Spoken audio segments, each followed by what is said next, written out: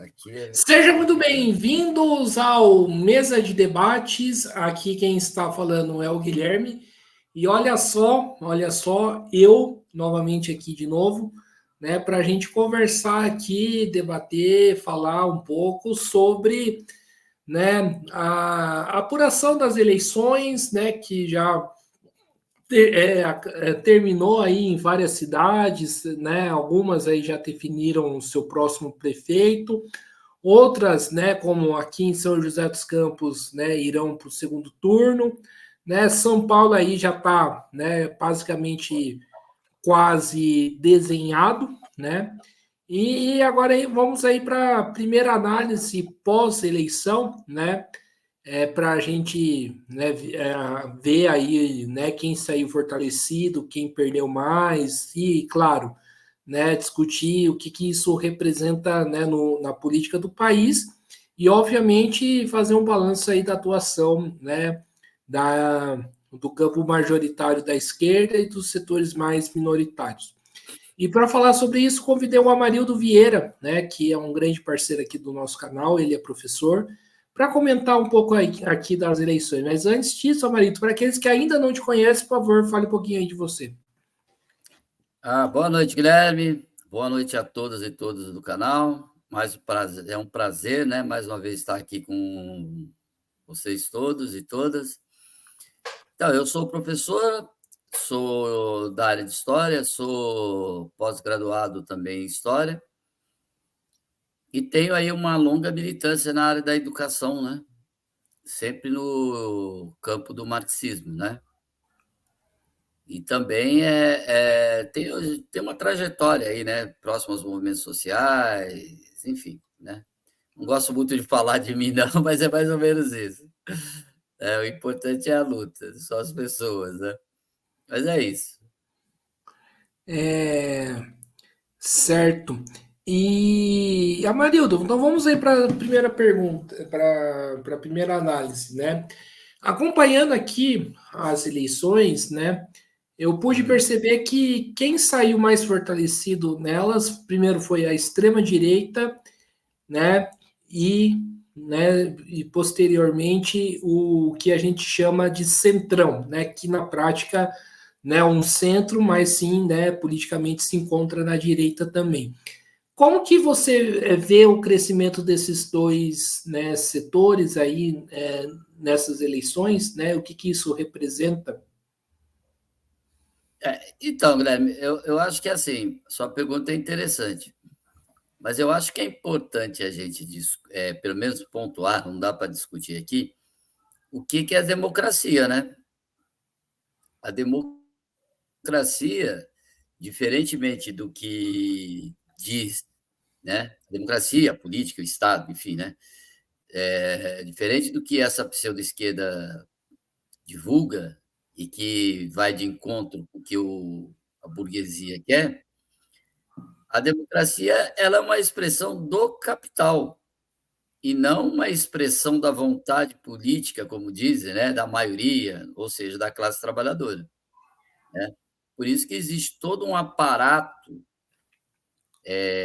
material, um aparato político, ideológico, quando eu digo material, digo econômico, político, ideológico, que vai sempre favorecer aqueles que estão mais afinados com os interesses dessa burguesia, ou seja, com os interesses do capital, na medida que a democracia ela é um sistema que favorece, é o mais propício no sentido do desenvolvimento do capitalismo e, no caso mais específico, no sentido de favorecer a, a reprodução de capital. Então, eu acho que essa é a primeira questão. Né? Então, quando a esquerda ela vai disputar a eleição e coloca todo o seu peso na eleição, né, ela acaba saindo do seu campo de luta, que é o campo do trabalho, e atuando no campo do capital. E aí, os grandes capitalistas, né, a burguesia, é ela, que personificada, na burguesia, é ela que vai se beneficiar de tudo isso. de todos os resultados. Né?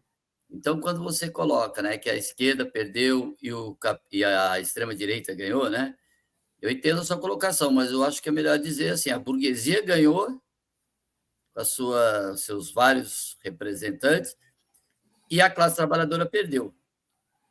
Né? Acho que a questão fundamental é essa. A classe trabalhadora perdeu mais uma vez, como perdeu no ano passado, quando o Lula ganhou, quando perdeu quando o Bolsonaro ganhou, quando perdeu ao longo de todo o processo eleitoral. É ela que sempre perde. Né? E quem ganhou, mais uma vez, foi a burguesia. Agora, entrando propriamente dito na sua pergunta, essa burguesia, os seus representantes, são fracionados. Então, veja, quando você diz a extrema-direita ganhou, não é isso? Ela saiu vitoriosa. Mas essa extrema-direita está rachada. Ela está rachada. Né? São Paulo é onde que se evidencia ainda mais esse racha. Né? Quando está o Bolsonaro, por um lado, ali quando está o Marçal, desculpa, por um lado, e o Nunes por outro.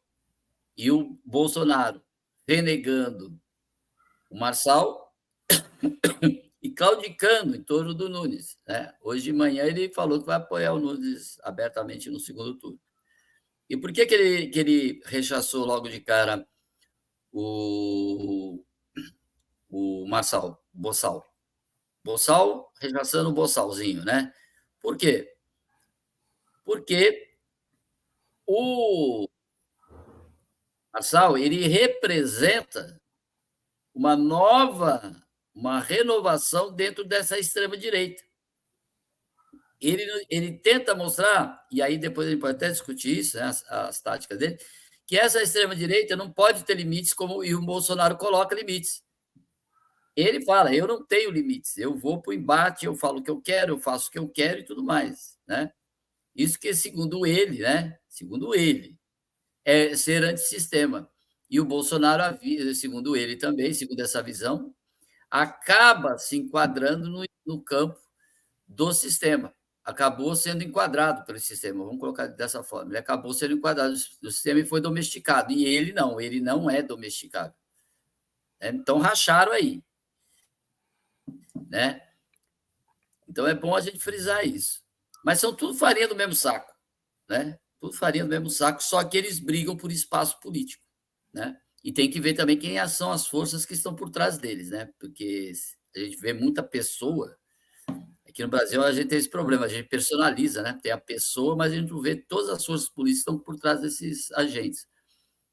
Por outro lado, quando você fala do Centrão, eu vejo muitas pessoas falando: o Centrão é a direita. Eu não vejo o Centrão como direita, eu vejo o Centrão como extrema-direita. Né? Só que ele é aquela extrema-direita extremamente pragmática, né? Onde tem uma atuação mais forte dentro do legislativo, né? Do âmbito do poder mesmo, né? Está mais no âmbito do legislativo. E ele vem nessas eleições, desde das eleições passadas até agora, galgando para ir para o executivo, que é onde que ele vai fazer os seus grandes negócios, né? Ou pretende fazer os seus grandes negócios, né? Por outro lado, surge aí uma pseudo-esquerda, né? Que todo mundo chama de esquerda, mas ao meu juízo não tem nada de esquerda, né? É uma pseudo-esquerda, que com o movimento todo, com a crise econômica, etc. e tal, depois ele também precisa discutir isso, essa pseudo-esquerda vai se deslocando cada vez mais para a direita. Vai se deslocando cada vez mais para a direita. Né? Você citou esses estados, mas eu poderia citar, por exemplo, estados como Bahia e Ceará, onde os candidatos à prefeitura chegaram ao ponto de defender, não só lá, tem outros municípios, mas lá, Fortaleza e Salvador, eles chegaram a defender a escola cívico-militar, eles chegaram a defender distribuição de bíblias na escola, isso PT, né? Candidatos do petismo. Eles vão cada vez mais para a direita e vão concedendo, né? Tal como o Lula. Só que embaixo o problema é diferente, a questão é mais rasteira. Né?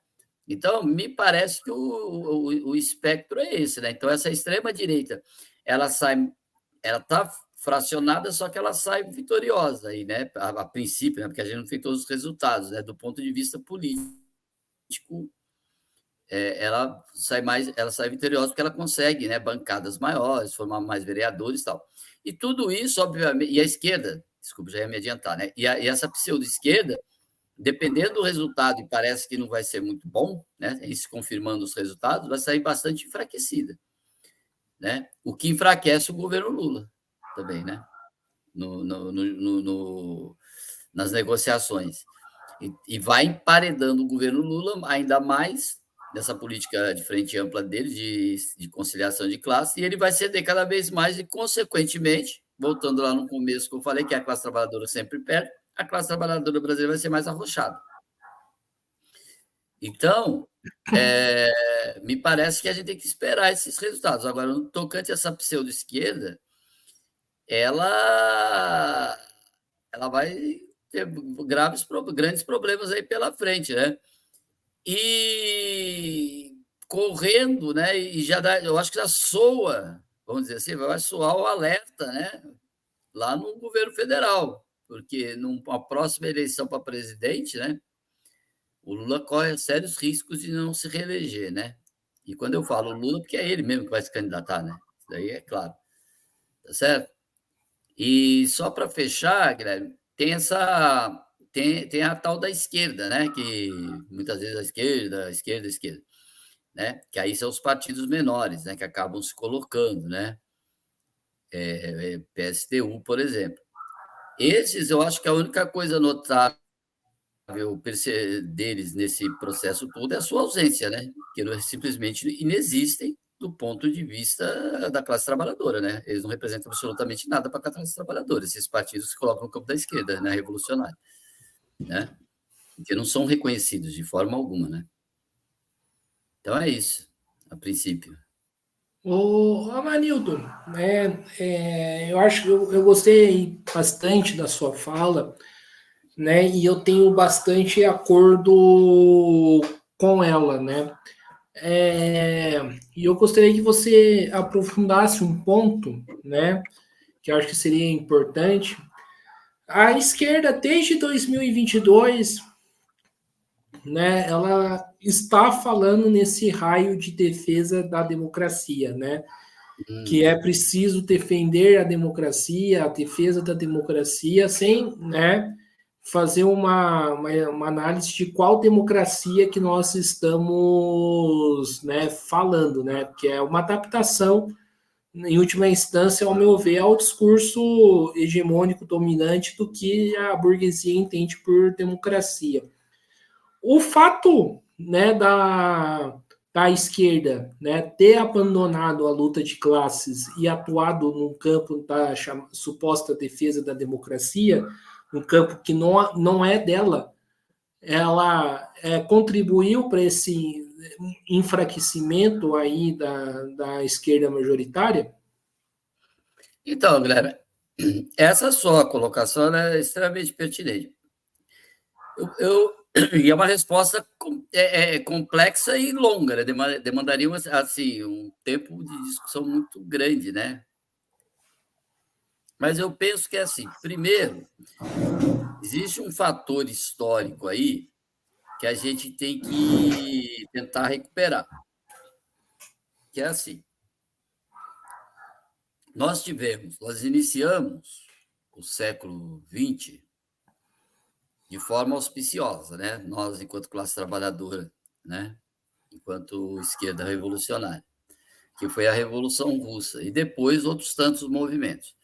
Eu não vou entrar aqui no mérito das razões pelas quais foram derrotados, né? Mas o fato é que foram derrotados todos esses movimentos, né? E depois dessa derrota, né,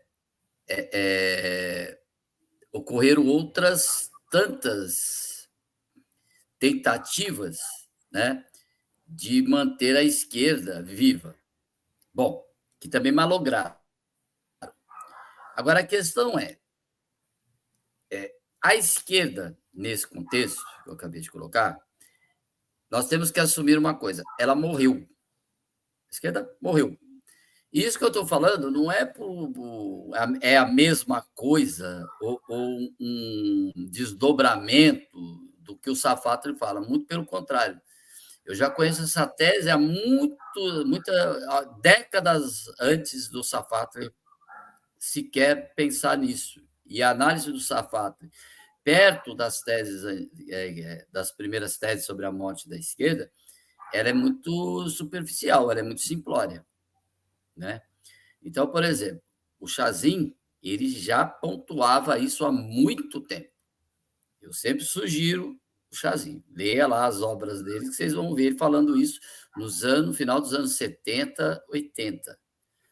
Nesse contexto, aí depois eu nem vou entrar na causa da morte da esquerda, porque senão não dá tempo, mas depois no final a gente pode até dar uma pincelada.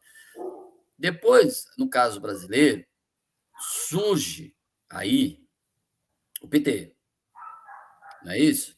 Ali na esteira das greves dos operários lá no ABC. Agora, veja, quando o PT surge como uma coisa de uma nova esquerda, vamos dizer assim. Uma nova esquerda, uma esquerda renovada, tudo mais.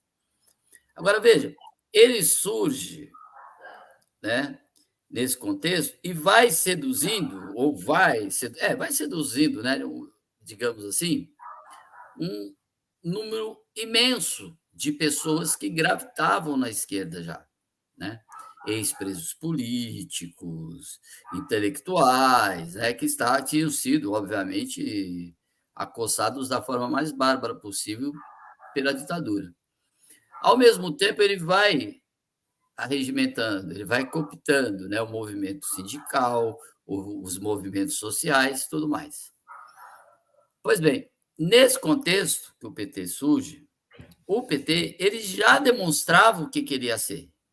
Detalhe, ele também vai aglutinando agrupamentos, sobretudo trotskistas e leninistas, para dentro do partido, né? E vai criando ali a ideia de que era um partido revolucionário, etc, etc, etc. Certo. Que era um partido de esquerda, que seria uma nova esquerda, etc. Só que, na verdade, o PT surge como um partido que ele não era de esquerda no sentido marxista, no sentido leninista, mais precisamente, né? Ele surge como um partido na radicalidade do capital.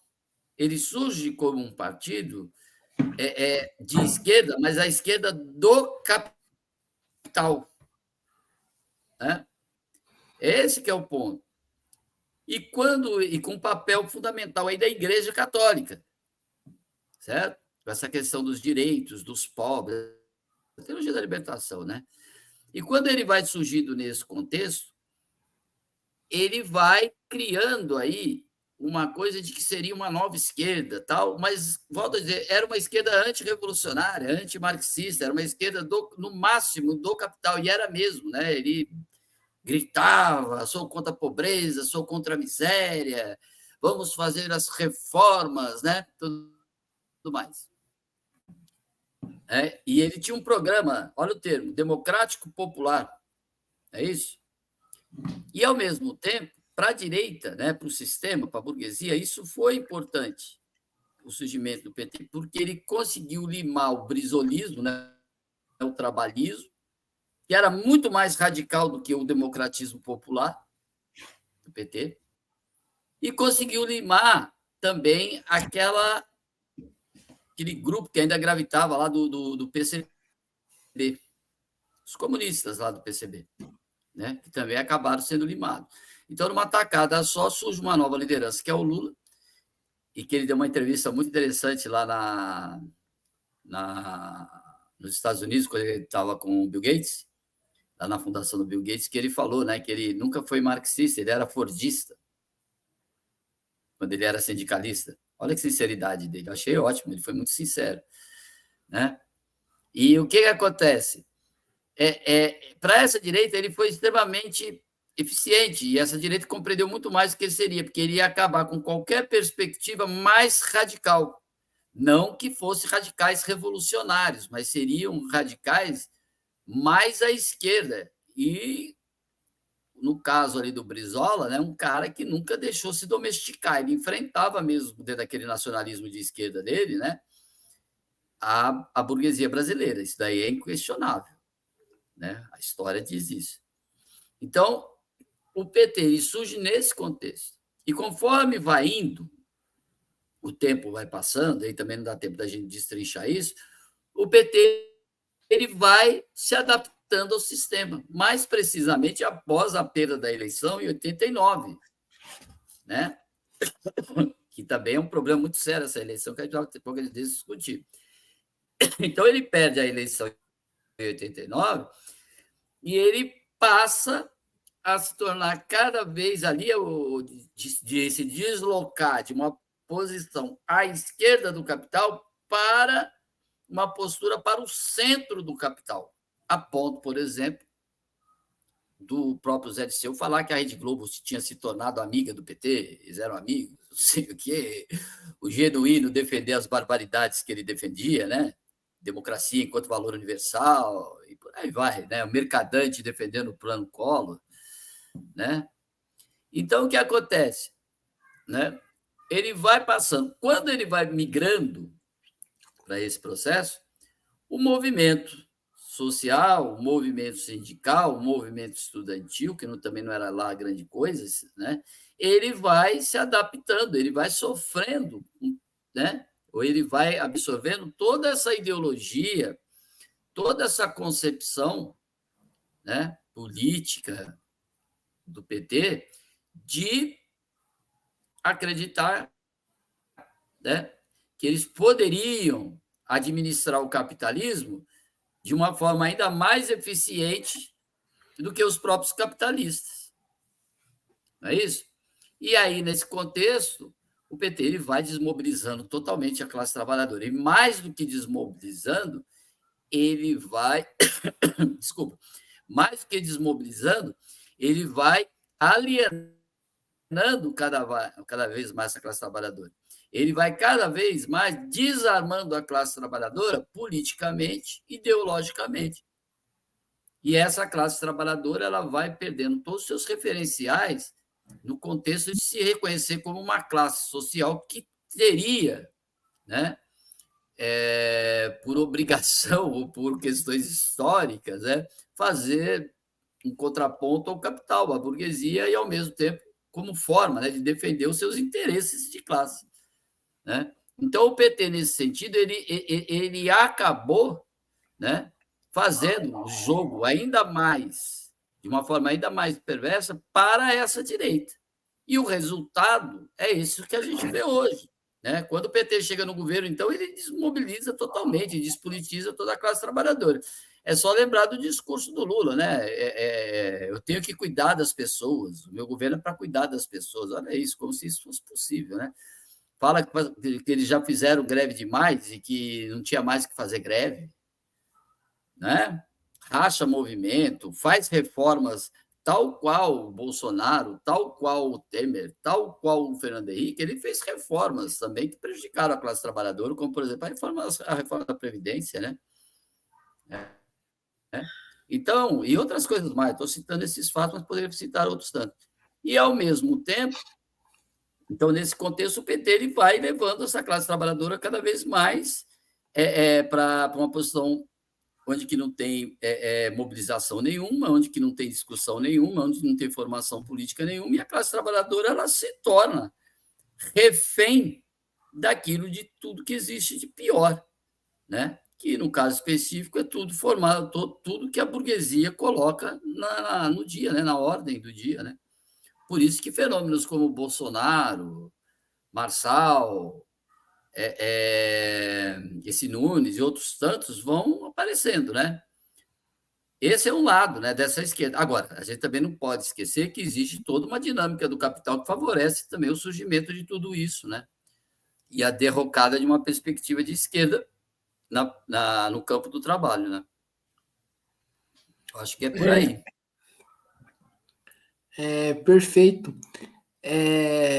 Ô Amarildo, e falar um pouco aí, né, falando ainda da questão da esquerda, falar aí da campanha do Guilherme Boulos, né?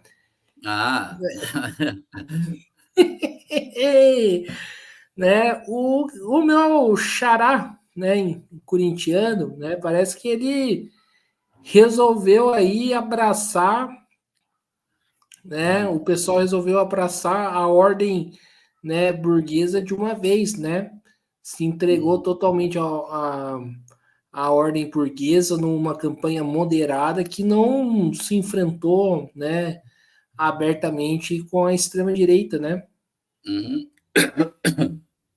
Eu acho que é assim. O Boulos. Cara, acontece umas coisas aqui no Brasil com a esquerda que assim, eu confesso a você que eu não consigo decifrar, compreender muito bem. O Boulos, quando surge, ele surge como uma grande liderança, o que vai fazer e acontecer. Gente, o Boulos, desde que ele surge, a postura política dele, as coisas que ele fala, é de um reformismo dos mais pedestres, dos mais rasos possíveis. Né? É uma coisa assim sofrível. Né? E ele é um cara que assim, ele não tem o menor. Ele é um cara. Como é que eu posso dizer assim? Ele não tem o menor histórico, ele não tem um histórico, uma trajetória de vida, de luta política, que um Lula tinha. O Lula, a gente pode fazer todas as críticas dele, mas o Lula tinha um legado, né? Do movimento sindical, aquela coisa toda, várias coisas aí que a gente podia citar do Lula, né? Que o qualificava quanto ser uma grande liderança e causar tanta ilusão na esquerda, né? Até pelo fato que ele era egresso do movimento operário, né? Agora, o Guilherme Boulos, né? Ele não, o Guilherme Boulos é um cara de classe média, provavelmente uma classe média alta, não sei, né? Ali da região da Pompeia. É um cara que, de repente, foi para o movimento. Se eu não me engano, antes ele tinha ido, ele era do PCB, se eu não me engano, e era ligado ao movimento da saúde na ZL, alguma coisa assim, se salvo engano, não estou afirmando, né? Estou tentando lembrar um pouco da trajetória dele. E ele consegue um grande destaque ali no movimento do sem-teto, né?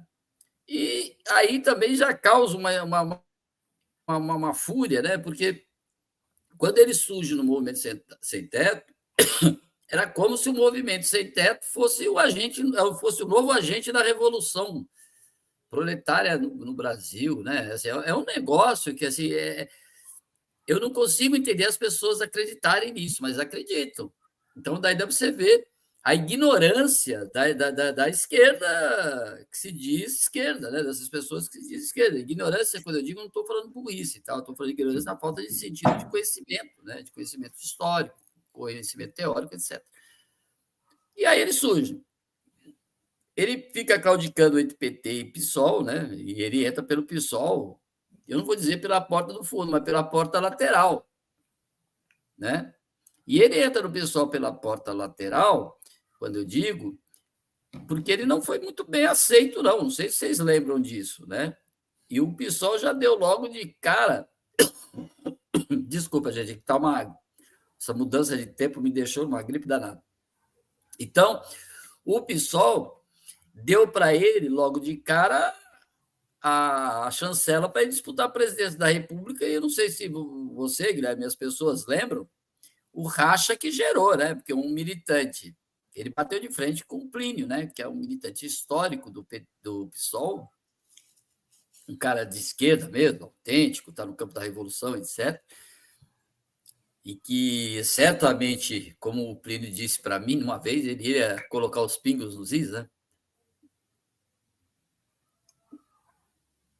Que seria, obviamente, fazer o papel que um partido de esquerda faria num processo revolucionário, né? Desculpa, num processo democrático, que era esgarçar as contradições do sistema. Esse é o papel de um partido de esquerda no processo eleitoral. Então ele já entra dessa forma. Quando o Boulos ele começa nessas eleições, você já vê quem é o Boulos. Era um discurso assim raso, vazio, pobre, né? Depois ele se torna mais conhecido, né? E vai como se diz, para prefeito. Qual foi o próximo eleição? Se candidatou a prefeito, não foi? Ele se candidatou a prefeito. Ali foi uma tragédia, para quem acompanhou, ele defendia. Como é que era? A revolução do subconsciente, umas coisas assim. Falava como é que é? Olha só, olha aí que eu vou usar. Empreendedorismo periférico.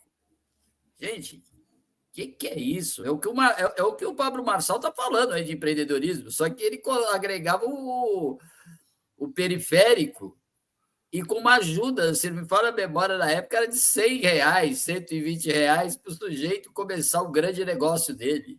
Gente, mas sabe, isso é de um absurdo, é uma coisa tão assim, ordinária, tão miserável que, sabe, é ridículo. E fora outras coisas também, era uma coisa de despolitizar a população, etc. E eu falo isso com a maior tranquilidade, porque eu acompanhei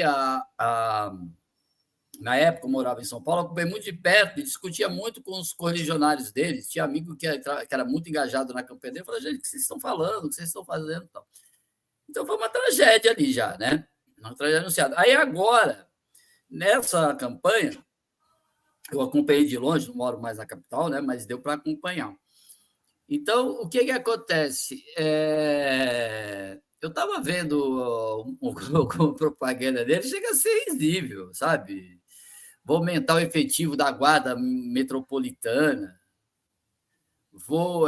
Colocou uma senhora linda, guerreira lá, acho que era do Movimento Sem Terra, falando que ela nunca, que o Boulos não invadia, não tirava a casa de ninguém, dava a casa para eles, alguma coisa nesse sentido. Gente, sabe? Olha só a posição, né? Tudo isso despolitiza, desmobiliza, leva as pessoas à ignorância, né? E o que é pior, leva a pessoa a acreditar que a saída é essa, que é a política institucional, que é o bom Estado, que é o Estado dos afetos, o Estado dos cuidados. E esses absurdos, né? Como se Estado fosse isso, como se o Estado não fosse um grande balcão de negócios do capital, como se o Estado não fosse um aparelho repressor e de controle social do Estado, como se o Estado não fosse uma forma de alienação, não é isso? Da classe trabalhadora. Né? Em última instância, como se o Estado não fosse um agente do capital, como se fosse possível, através do Estado, promover a equidade social, promover a igualdade, promover a equidade social, o bem-estar econômico e essas outras coisas que a própria história já superou, já mostrou que é falsa, né? E fora isso, vem esse discurso identitarista, né? Todes, não sei mais o quê, sabe? Coisas que, pô, mas você vai falar isso para uma pessoa na periferia, a pessoa vai rir da tua cara, vai falar o que você está falando, né? Fala a língua de gente, né?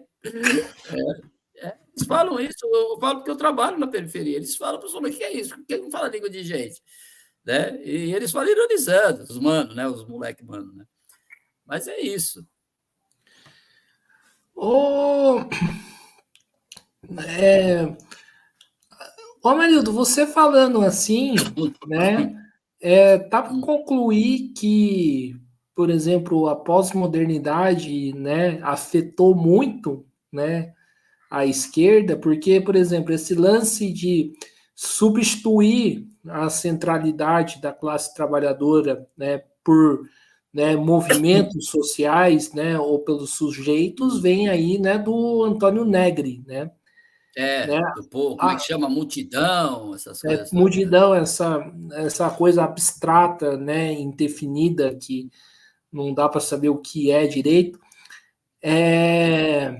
a pós-modernidade afetou muito, né, e a esquerda, e o resultado está aí, né, até quanto que, por exemplo, foi isso aí que deixou a esquerda perdida? Olha, eu acho que assim, é isso aí que a gente chama de esquerda, né? Ela sempre foi perdida. Só que ela se achava o suprassumo da razão, né? Eles sempre foram irracionais, eles sempre foram contra a razão, sempre foram irracionais. É esse que é o ponto, né? Esse que é o fato. E essa pseudo-esquerda, eles sempre negaram tudo. Eles colocavam a democracia enquanto valor universal, pô. Essa tese é do Kautsky, e eles colocavam como se fosse uma coisa nova. O Kautsky já falava isso de outras formas, usando outros termos, né? E eles falavam aí, no Genuíno, ele falava isso, ia nos programas com os olhos brilhando, a democracia, e tal, tal, tal, e tal, tal, tal, e acabou preso, né? E acabou preso da forma que nós vimos, né? De uma forma totalmente forjada, né? Por esse sistema, por esse Estado democrático de direito aí que ele sempre defendeu, né?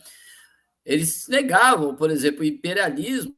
Eles negaram, eles chegaram a defender aí uma face humana do imperialismo, né? Inclusive para invadir o Haiti, né? Comandar a invasão do Haiti e fazer as barbaridades que cometeram as barbaridades, perpetrar as barbaridades que eles perpetraram lá, né?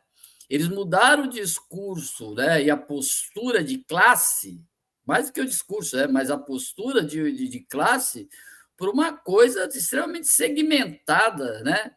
Fracionada, né? Então, assim, esses movimentos ligados às questões de defesa da comunidade LGBTQIA+, e mais um monte de letra que eu não sei, né? São tantas letras, e também os movimentos feministas, movimento negro, tudo, mas eles segmentaram tudo, né? E o que é pior, ao segmentar os movimentos, né? O movimento operário também, eles segmentaram tudo.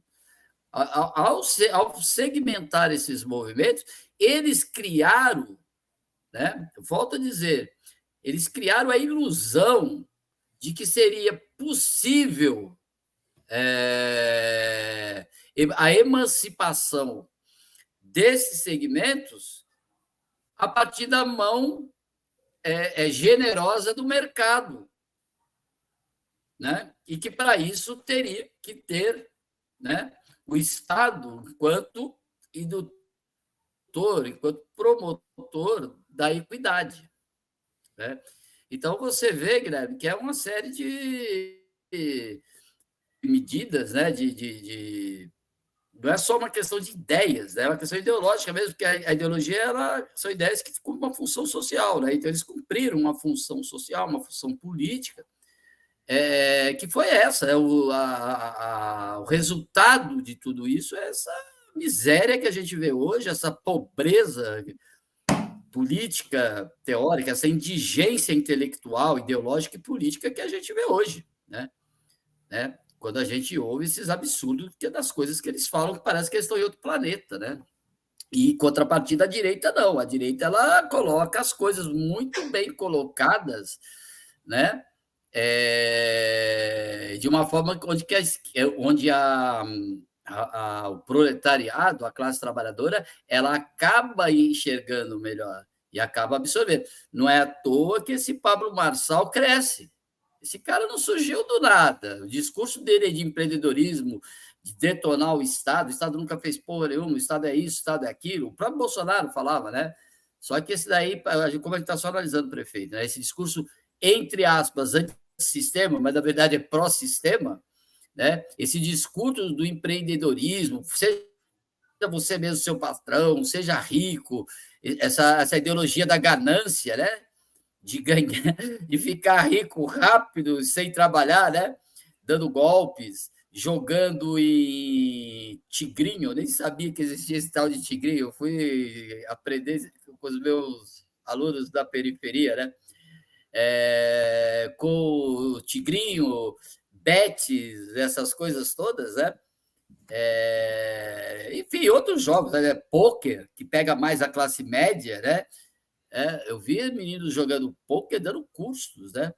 Enfim, tudo isso a direita instrumentaliza melhor e trabalha melhor, que essa ideologia da ganância e do enriquecimento fácil, rápido, que não é através do trabalho, porque o trabalho não é um trabalho árduo, é uma superexploração da força de trabalho, é uma humilhação constante. Então, qual que é a saída? A saída é essa ideologia aí da ganância. Quando na saída, e o que a esquerda ela propõe para a saída disso? Ela propõe a manutenção do trabalho assalariado e mais nada. E nem vai ter trabalho assalariado para ninguém, digno para ninguém, nunca teve, muito menos hoje vai ter. Né? Então, fica, tá vendo? A direita ela utiliza muito melhor o discurso. Né? Não é à toa que tem os caras aí no Uber, eu sou Uber, sou rico. É isso, eu sou Uber, sou rico. E detendo o cacete no Lula, e com razão, porque o Lula ele regulamentou a lei lá dos Uber, né? Você lembra que ele regulamentou? E que prejudica o trabalhador, que favorece muito mais as empresas. Olha só isso. Você cria leis que você prejudica um cara que já é um lascado na vida. Né? E como ele não tem análise teórica de nada, ele não tem instrumental teórico para fazer uma crítica a isso, ele acaba caindo no senso comum e vai para o eu sou Uber, sou rico. Então eu não preciso de Estado, o Estado só me atrapalha, eu não preciso de patrão, patrão só me atrapalha, e dane-se. E aí entra uma questão em tudo isso, já vou encerrar aqui, que é o imediatismo. É a galera do imediatismo. Eu quero saber do agora, do momento. Eu não quero saber de aposentadoria, nem nada, até porque nem vai ter aposentadoria, né? Se depender de todos esses caras, se depender do capital, nem vai ter aposentadoria, não é só no Brasil, no mundo inteiro. E as pessoas percebem isso, entendeu? Então, assim, eu concordo com você mesmo. E eu acho que a direita ela soube aproveitar muito melhor do que a esquerda, do que essa pseudo-esquerda. Agora, a gente também tem que falar da esquerda que se diz revolucionária, que também não fala nada com nada, né? Também tem que dizer isso também, né? Não apresenta nada de concreto. Perfeito. E o Amarildo, o pegando aqui uma outra colocação importante, né? Sobre a questão da esquerda. No começo do ano, eu tive uma entrevista com o presidente do PT em Caçapava, né? E uma coisa que ele me falou sobre a questão, né, de uma nova liderança da esquerda quando o Lula, né, se for, coisa que pela idade já está breve de acontecer, né? Não que, né, a gente, né, não falando que o Lula vai morrer, coisa do tipo, né, mas, né, É a idade mesmo, todo mundo envelhece, inclusive ele, né? então, e quem que Para não falar que seria, ele está perseguindo o Lula, inclusive nós, né? então, inclusive, aí foi uma coisa que eu coloquei, que eu perguntei isso para ele, quem que seria essa nova liderança, e uma resposta que ele colocou que me deixou, assim, um pouco assustado, né, foi quando que essa liderança aí falou que é preciso torcer para o Lula estar bem de saúde em 2026, né?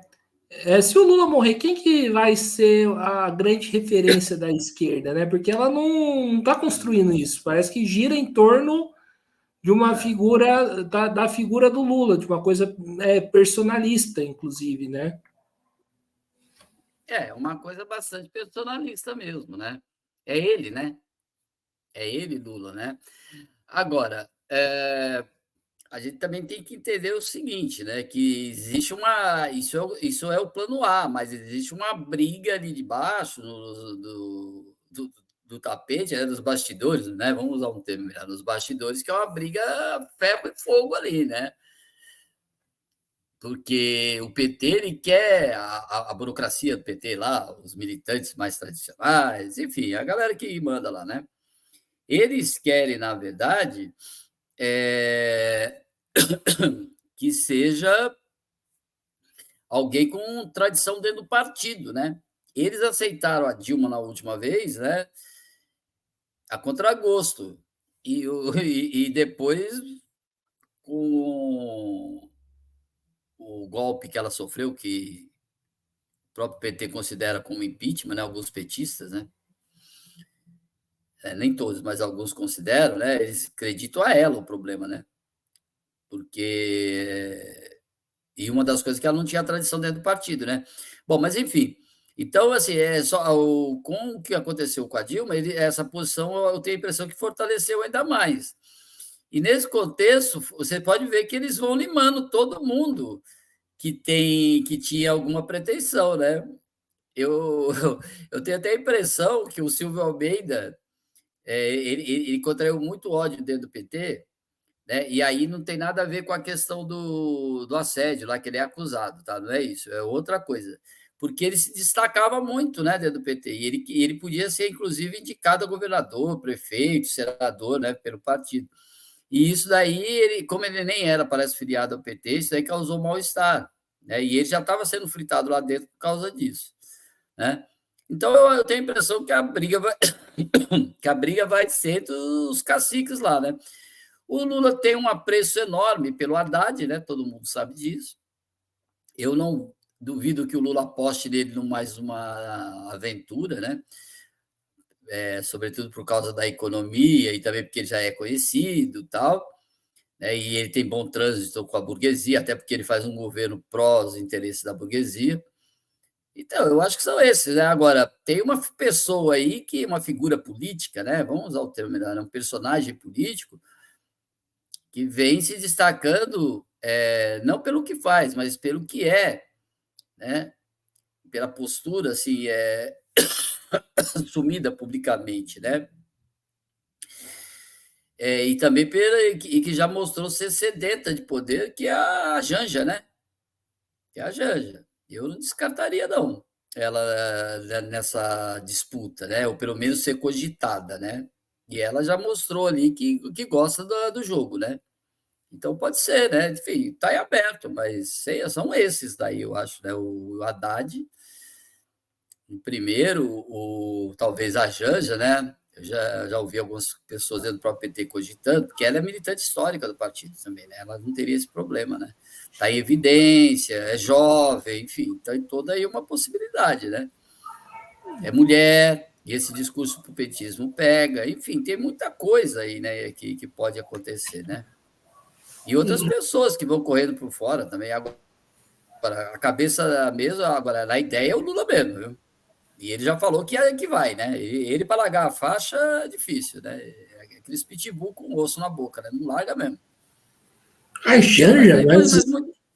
peraí, mas não Hã? seria um tiro no pé isso acontecer? Porque Hum. qual que é o diálogo que a Janja tem com o movimento de massa? Então, qual o diálogo que o Haddad tinha? Nenhum, por isso perdeu. Mas o Lula tem, mas o Lula tem. Então a ideia é a mesma, cola no Lula, que o Lula transfere voto. Eu vejo dessa forma, né? Eu não sei se eles vão fazer isso, mas é o que eles conversam sempre, sempre que está vendo, está saindo daí. Mas eu acho que, para além de nomes, eu acho que os nomes.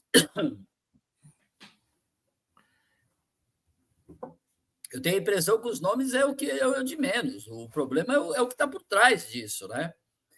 É o que está por trás disso, né? São os interesses, são os projetos, né? Que vai ser algo perverso para a classe trabalhadora. Agora, tem um nome também que já foi cogitado, e aí eu não sei como é que seria, né? Seria uma imposição da burguesia para o PT, né? Que é o da Simone Tebet, né? Nossa. Essa é uma possibilidade forte, viu? Dentro do. Não sei se o PT aceitaria, mas a tentativa de impor esse nome, acho que se fosse no passado o PT não aceitaria. Hoje eu não sei, né? Mas até porque o importante para eles é estar no poder, né? Então, numa dessas, se o Lula não tiver condições, eu não vejo dificuldade deles abraçarem a Simone, não. Ô, ô Amarildo, falar da outra esquerda, né? A Hum, esquerda revolucionária. A gente teve aqui, né, analisando aqui Rio de Janeiro e São Paulo, né? Mas acho que hum, vale para outras cidades também.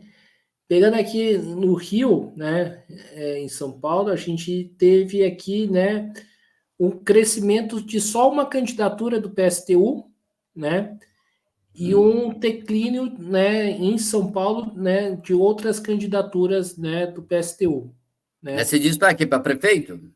para vereador. Vereador? É.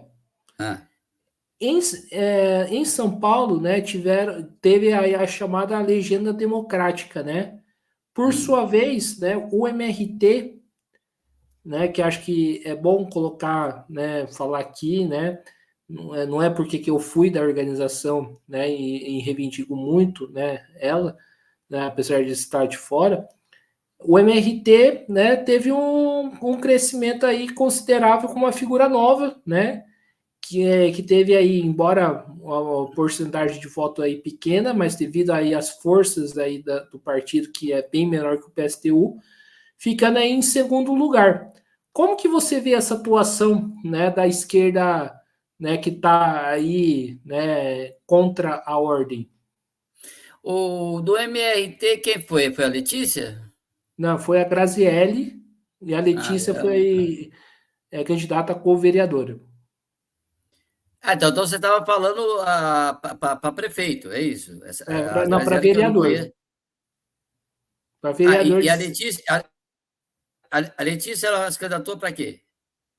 é uma chapa chamada Ah, Bancada Comunista que tá, que é teve um grupo. a cabeça foi a Graziele e a Letícia e o Pablito foram como co-vereadores, né? Tá. Como que você vê essa atuação da esquerda contra a hegemônica? Hum. Então, eu vejo da seguinte forma, cara. Eu vejo com. Como é que eu posso dizer assim? Com muito ceticismo essa esquerda, né? Porque assim, eu vejo que ela não apresenta nada de novo, né? Ela pega ali o geral do marxismo, e nem é do Marx, viu? Eles pegam do Trotsky, mais do Trotsky, né? Do Lenin, eu nem sei se eles pegam mais. Daí se diz Trotsky, Lenin, mas é Trotsky mesmo. Eu nem sei se eles trabalham muito com o Lenin, né? Bom, mas enfim, essa esquerda, eu vou trabalhar mais como trotskista, né? Então eles acabam trazendo muito essa coisa do trotskismo, né? E sempre falando do programa de transição, aquela coisa toda. Eu não vejo nada de novo nisso, né? Eu acho que a gente atravessa, eu penso que a gente atravessa um momento e eles só falam para eles mesmos, né? Você pode ver, eles só falam para eles mesmos. Esse crescimento é um crescimento dentro importante, tudo, reconheço, né?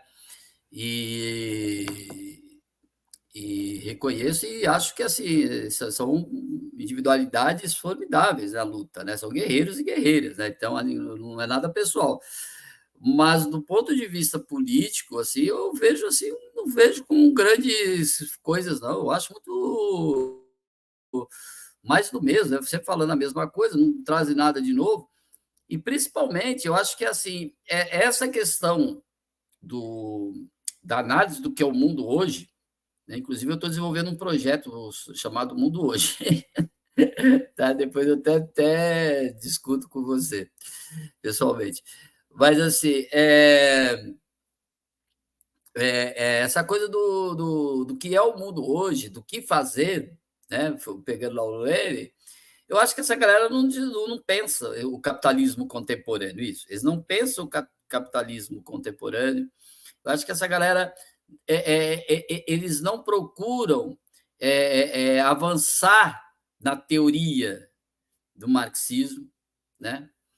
E sobretudo do Marx eu acho que assim, pelos debates que eu vejo e alguns que eu participo, eles ignoram completamente o Marx e é Trotsky, né? Trotsky é Trotsky, Trotsky, Trotsky e no máximo Lenin, e às vezes Rosa e Marx esquece, né? O Marx praticamente saiu da ordem do dia deles, né? E confundem tudo muitas vezes, não esses grupos que eu especificamente, eu estou falando no geral, né? Então, eu não vejo com grande otimismo, não. Não vejo mesmo. Eu vejo assim com dentro daquele contexto que eu te falei que a esquerda morreu, né? Eu acho que esses grupos em que pese a garra, a luta, a importância que eles têm, de fato, eles têm importância nesse segmento que eles atuam, que é muito mais um segmento de classe média, também é bom dizer isso, né, de estudantes, né, do que do proletariado mesmo, né? Mas eu não vejo com bons olhos, não. Assim, não é com bons olhos, com bons olhos é um termo equivocado, com otimismo, não. Não vejo. Muito pelo contrário, eu vejo que continua dentro dessa coisa da morte da esquerda, né?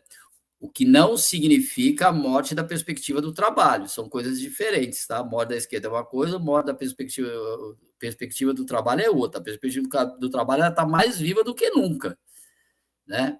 O que nós precisamos é construir as alternativas, ou vou usar até um termo mais apropriado, nós precisamos é construir e despertar a subjetividade revolucionária, né? Que está muito aquém das necessidades históricas. Marito, então eu vou fechar essa entrevista com uma pergunta, uma provocação saudável, né, para você. Pode fazer.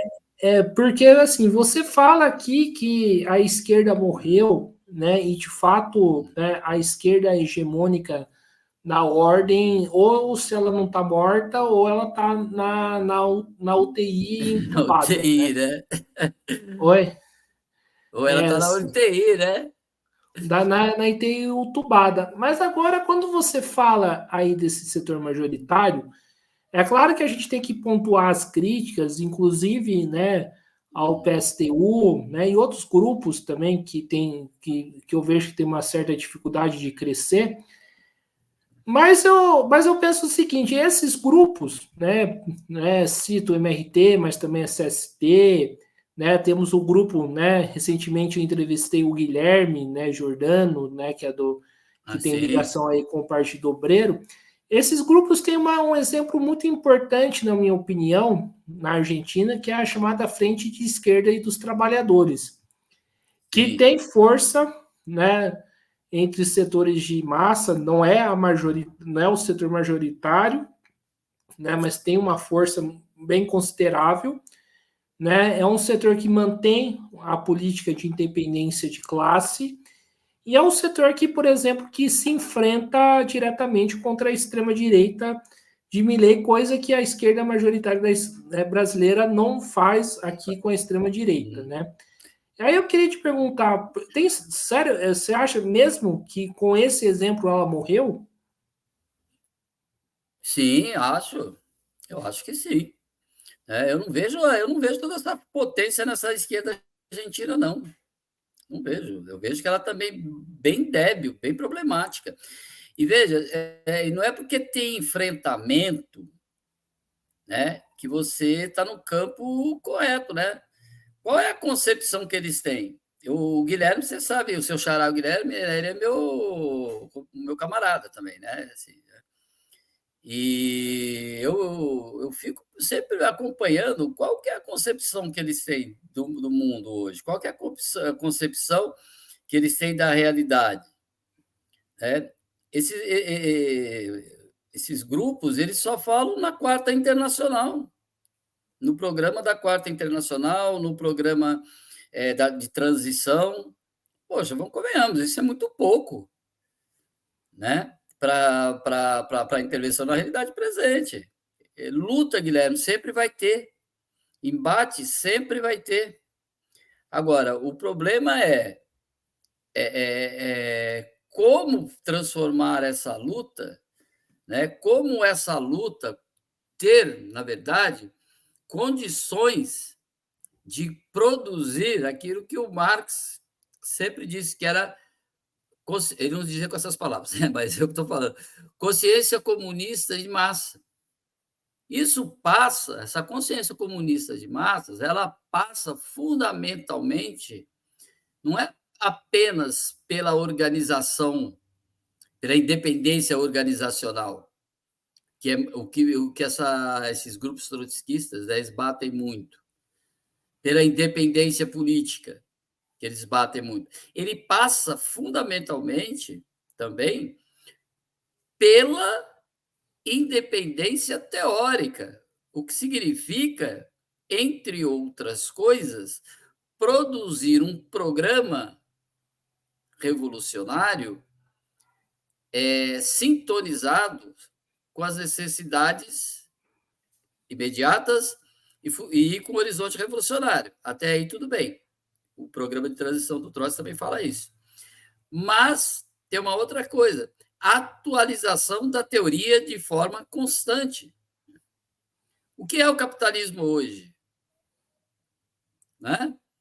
Como que essa ideologia se propaga a ponto de um Marçal se tornar presidente? Eu estou falando só do caso brasileiro, né? Se a gente for expandir para o mundo, aí fica mais complexo. Enfim, são muitas questões que se precisavam se colocar, e esses agrupamentos, eles não têm essa produção, eles não têm não é que eles não têm essa produção, eles não têm essa produção, eles não têm essa preocupação. A preocupação deles é de reproduzir documentos que já estão prontos, né? E aí entra numa questão que não é isso, entra numa questão que é de concepção mesmo, que é modelo. Eu reproduzo modelos, né? E isso é um problema seríssimo, né? Que a esquerda, inclusive lá no início do século passado, que, como eu disse, momento auspicioso, tal, já enfrentava. E que, curiosamente, Marx, no século XIX, já falava que era um problema, que não tinha que fazer isso. Marx, Engels, os herdeiros deles, né, os legatários deles, como o Engels e o próprio Trotsky, já diziam isso também, que não é reprodução, né, não é modelo. A história está em constante movimento. Então, eu acredito que esses agrupamentos eles reproduzem esses modelos. Né? E o máximo que eles se esforçam, por mais. E agora, veja, com isso, eu não estou dizendo que eles não são importantes, viu? Eu reconheço a importância deles, só que é algo muito frágil, muito débil, perto da necessidade, né? Da classe trabalhadora. Eu não vou falar nem em escala mundial, estou falando em escala mesmo regional, né? Ou mesmo, de país, né? Regional seria no nosso continente aqui, mais precisamente na América do Sul, né? Você citou a Argentina, mas de Brasil. E se a gente for perceber, igual, você citou esse caso argentino, mas veja, e as derrotas dos outros países vizinhos? Bolívia, Equador, Chile e tudo mais. Venezuela, né? Onde estão esses movimentos? Né? Não existe. Brasil não existe, né? Certo? E esse é um grande problema dessa esquerda. Eu acho que, assim, precisaria se repensar tudo. Outro dia eu estava até conversando com um camarada trotskista, acho que foi até o Guilherme mesmo, eu estava falando da necessidade, que esse era um momento muito importante da gente... aí, quando eu falo, eu estava conversando, foi um debate público, viu? Por isso que eu falo, se fosse num debate privado, eu não falaria, né? Porque aí a gente estaríamos trocando ideias como amigos, né? Mas eu acho que foi um debate público, né? Que eu disse, né, que a gente precisava criar uma nova internacional, né, com uma orientação claramente a partir da filosofia do Marx, do pensamento do Marx, né, tendo base, né, o esteio. Não é que iria reproduzir, mas tem o esteio. E, ao mesmo tempo pegando, né, absorvendo todo o legado teórico, né, do Engels e dos outros marxistas de boa cepa, né, que nós temos muito, e, ao mesmo tempo, resgatando toda a nossa tradição de luta. E aí, esse camarada ele me disse, né, que eles já tinham esse programa, que era o da Quarta Internacional. Então, quer dizer, se é o programa da Quarta Internacional, pô, eu acho que é meio difícil, né? Nós estamos aqui, que é 2025, praticamente, com o programa da Quarta Internacional. Eu acho que é uma coisa um tanto quanto já superada, não ultrapassada, é diferente o termo, né? Superada vem do marxismo, né? Que é a subsunção, né? Não confundamos os termos, é superada, né? Então precisamos, se a realidade muda, nós precisamos mudar também, né? As nossas concepções, as nossas formas de luta e de intervenção na realidade. Legado teórico e prático de luta nós temos. Isso a gente não pode perder de vista.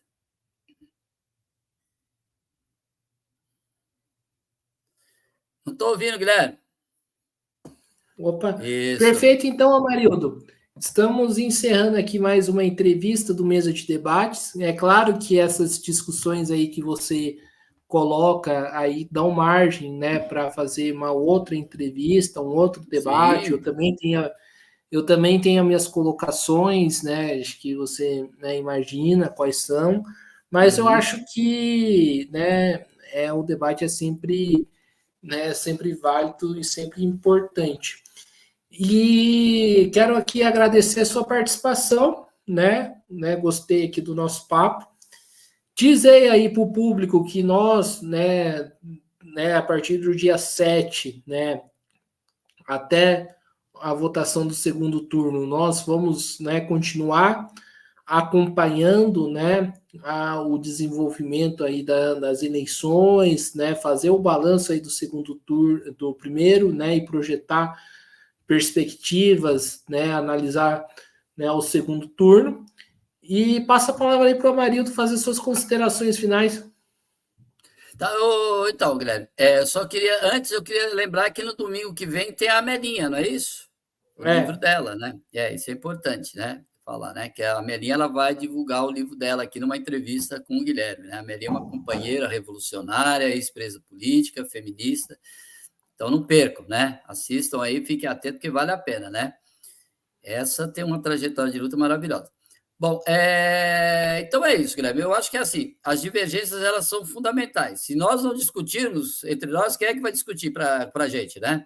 Somos nós é que temos que debater, somos nós é que temos que achar os problemas, né? Levantar os problemas e tentar achar soluções juntos, né?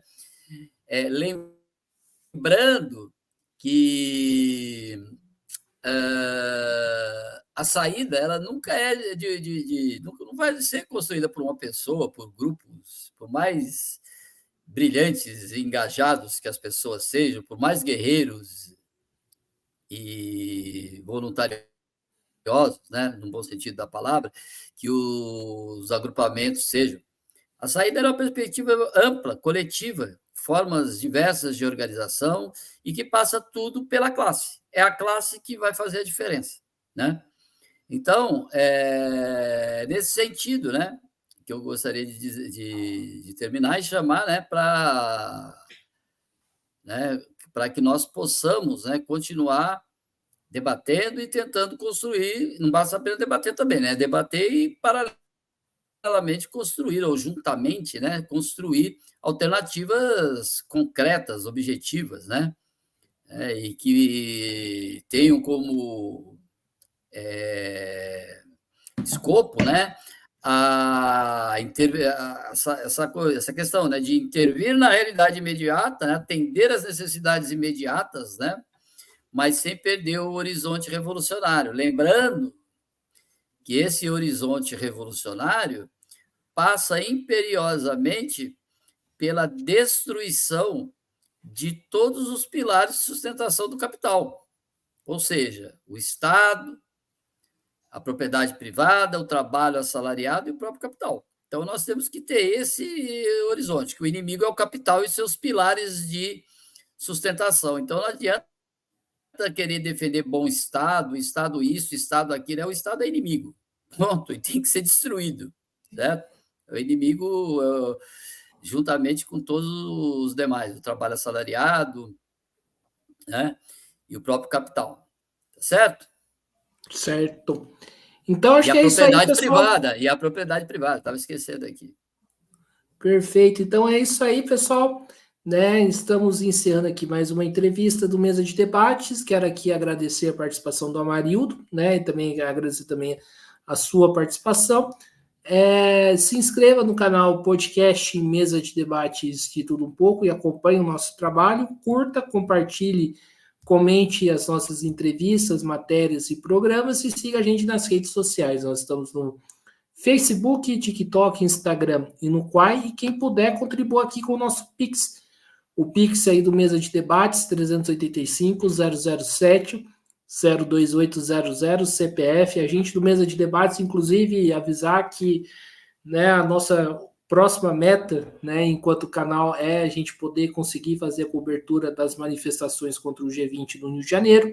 Então, quem puder ir ajudar a gente a instalar, né? Tá aí a contribuição aí financeira. Então é isso aí, pessoal. Por hoje é só, né? Chega de cobertura, um forte abraço e fui.